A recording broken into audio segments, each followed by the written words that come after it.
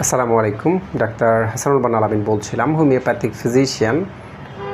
আজকে আমরা আলোচনা করব নাকের পলিপাসের ক্ষেত্রে একটা হোমিওপ্যাথিক মেডিসিন এবং কার্যকরী হোমিওপ্যাথিক মেডিসিন, যেটা মেডিসিনটি হচ্ছে ক্যালকেরিয়া কার্ভ। সাধারণত নাকের পলিপাসের ক্ষেত্রে ফার্স্ট গ্রেডে যে কয়টি হোমিওপ্যাথিক মেডিসিন প্রয়োগ করা হয় বা ফার্স্ট গ্রেডে যে কয়টি মেডিসিন আছে তার মধ্যে অন্যতম একটি মেডিসিন হচ্ছে ক্যালকেরিয়া কার্ভ।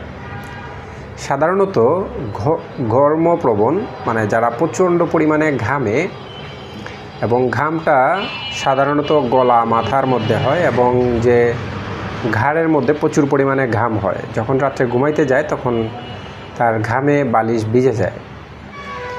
এরকম যদি আপনি লক্ষণ পান, কোনো পেশেন্টের নাকের পলিপাস আছে এবং তার নাকের যে ঘ্রাণ শক্তি সেটা লুপ পেয়ে গেছে, তার ঘন ঘন ঠান্ডা লাগার একটা প্রবণতা, যেটাকে আমরা ক্যাচেস কোল্ড ভেরি ইজিলি বলি, এবং তার প্রচণ্ড পরিমাণে ঘাম হয় সমস্ত শরীরে, এবং পেশেন্ট একটু মোটাসুটা, নাদুস নুদুস, এবং পেশেন্ট অনেক বেশি শীতকাতর, মানে পেশেন্টের শীত কোনোভাবেই সহ্য হয় না।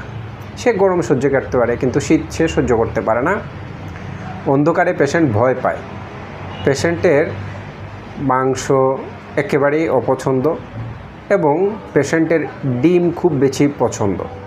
এবং এই লক্ষণগুলো যদি আপনারা পেশেন্টের মধ্যে দেখতে পান, পেশেন্টের ঘ্রাণ শক্তি লুপ পেয়ে গেছে, পরবর্তীতে নাকের পলিপাস, এই লক্ষণগুলো আপনারা যদি কোনো রোগীর মধ্যে পান, অবশ্যই আপনারা পেশেন্টকে ক্যালকেরিয়া কার্ভ 200 শক্তি কিছুদিন সেবন করতে দিবেন। দেখবেন তার নাকের যে পলিপাস অথবা নাকের মাংস বৃদ্ধি, নাজাল পলিপস যেটাই বলেন, সেটা থেকে খুব দ্রুত সময়ের মধ্যে আরোগ্য লাভ করবে।